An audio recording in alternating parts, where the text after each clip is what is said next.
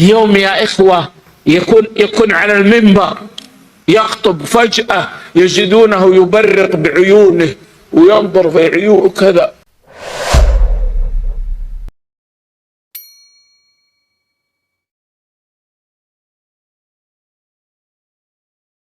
Saya dikitari orang-orang ganteng, jadi kegantengan saya nggak kelihatan. Apalagi yang di sebelah kanan saya ini, wah, mundur teratur saya. Masya Allah, Muhammad bin Husain al-Habsyi. Nah, ini salatullah ala Tahal Yamani. Nabi Muhammad SAW adalah orang Arab, orang Arab. Makkah dan Madinah. Lahir di Mekah, wafat di Madinah. Pertanyaannya, kenapa Habib Ali Habsyi radhiyallahu anhu bilang sholawat dari Allah semoga senantiasa tercurah kepada baginda Thaha, yaitu Nabi Muhammad SAW, Yamani, orang Yaman. Ya, orang Yaman. Nah, ada yang nanya gitu, Bib, nggak salah nih Bib ini. Rasulullah kan Mekah, Madinah, Arab, kok dibilang orang Yaman gitu ya. Nah, untuk menjawab pertanyaan itu saya serahkan pada ahlinya.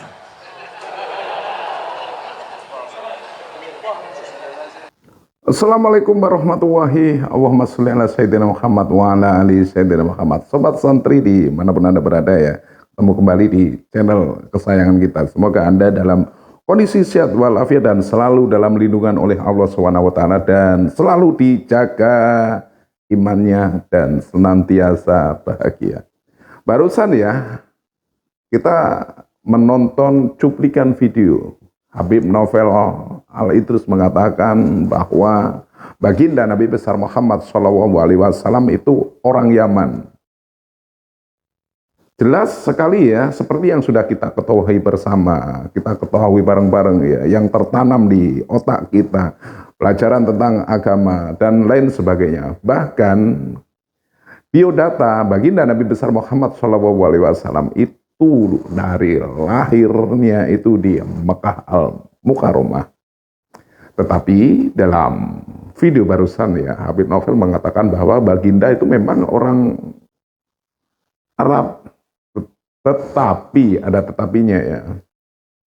Setelah diketahui dia mengutip suatu lirik dalam syair ya, bahwa Thaha Yamani.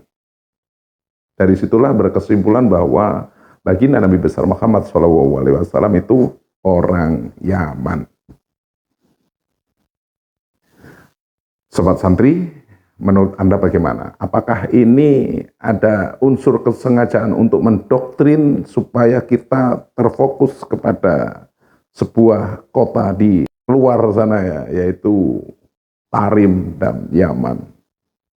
Bagaimana kelanjutannya biar kita tidak gagal paham ya, biar kita tidak terkeliru dalam menanggapi sebuah video? Alangkah baiknya mari kita simak bareng-bareng ya keseluruhan isi video dan nanti di akhir video kita reaksi bareng-bareng. Ini dia videonya. Silahkan. Bismillahirrahmanirrahim. Alhamdulillahirabbil alamin. Allahumma shalli wa sallim ala sayyidina Muhammadin wa ala alihi washabihi ajma'in. Amma ba'du. Ini bagian yang susah-susah baru dilempar ini. Hadirin yang dimuliakan Allah Ta'ala, jawabannya tapi pakai cerita sedikit boleh ya? Beberapa bulan yang lalu, alhamdulillah saya diizinkan oleh Allah ziarah ke Madinah. Ziarah ke Madinah.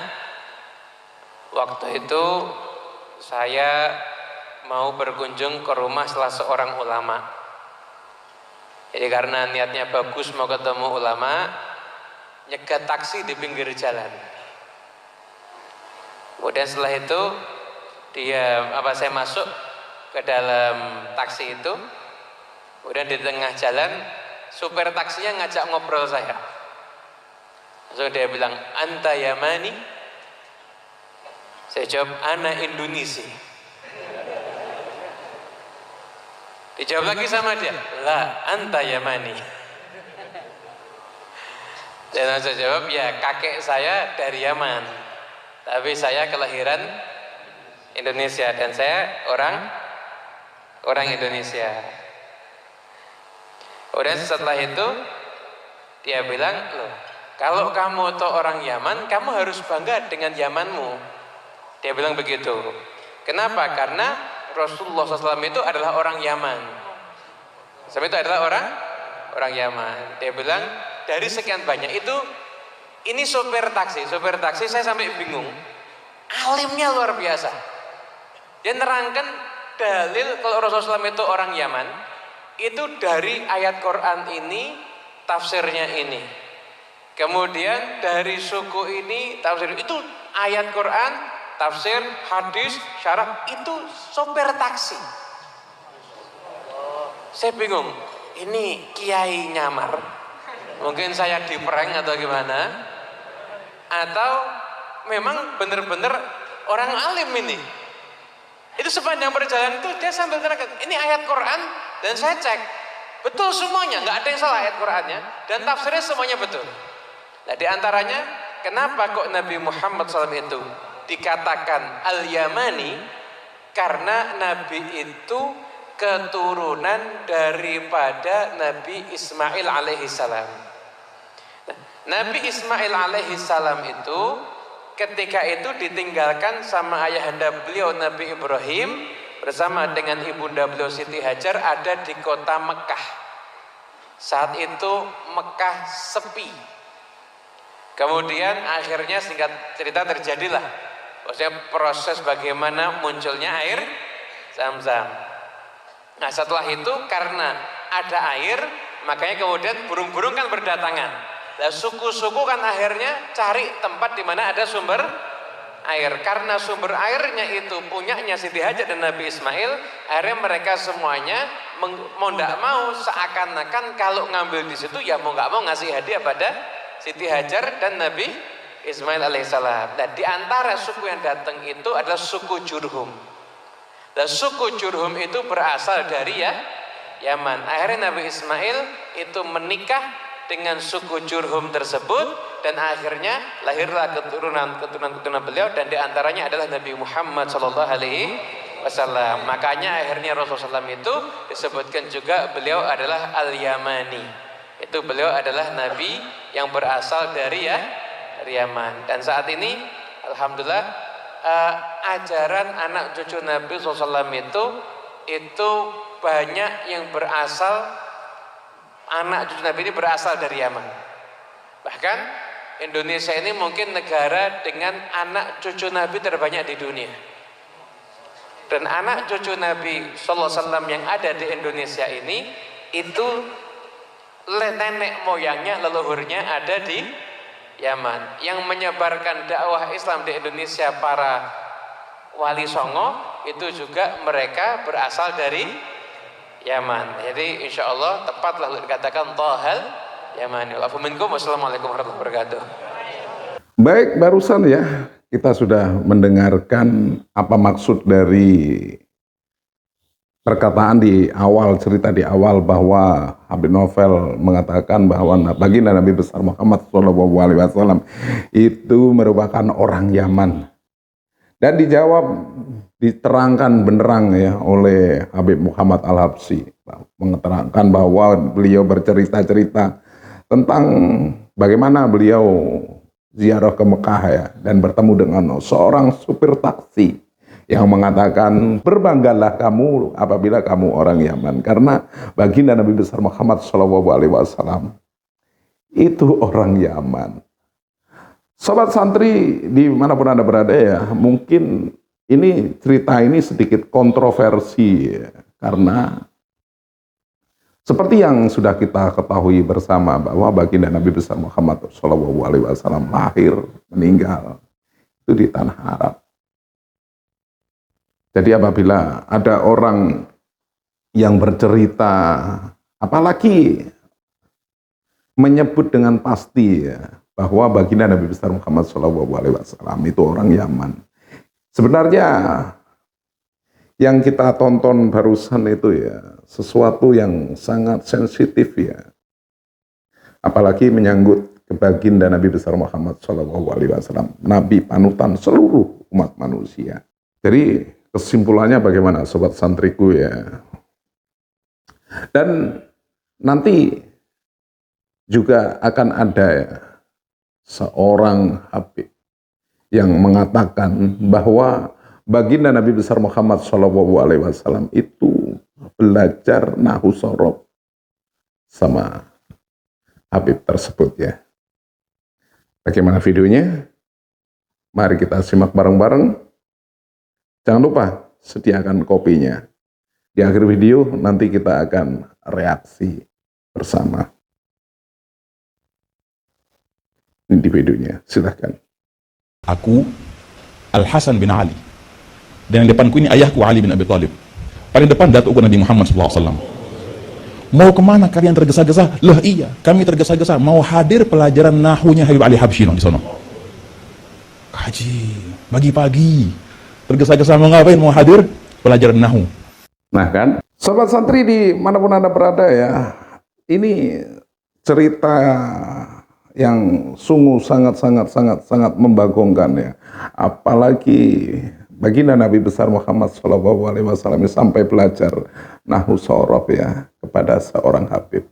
Ini memang cerita yang sangat memalukan.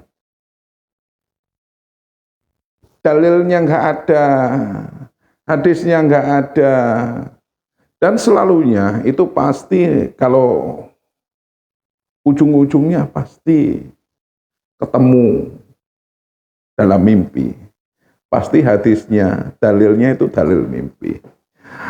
Apalagi ada seorang yang dianggap sebagai seorang ulama yang besar, sebagai ulama yang mungkin ya ilmunya sangat tinggi, sehingga bisa membuat kuburan baginda Nabi besar Muhammad SAW itu bergetar. Ini videonya. Begitu kita sampai ke nisan Rasulullah begini. Lihat Zaini datang begini, kuburnya bergerak keluar. Kita cium, kita peluk. Nah, ya kan? Saking hebatnya, saking punya power yang sungguh luar biasa ya, sehingga kuburan Nabi besar Muhammad SAW itu bergetar dan terbelah.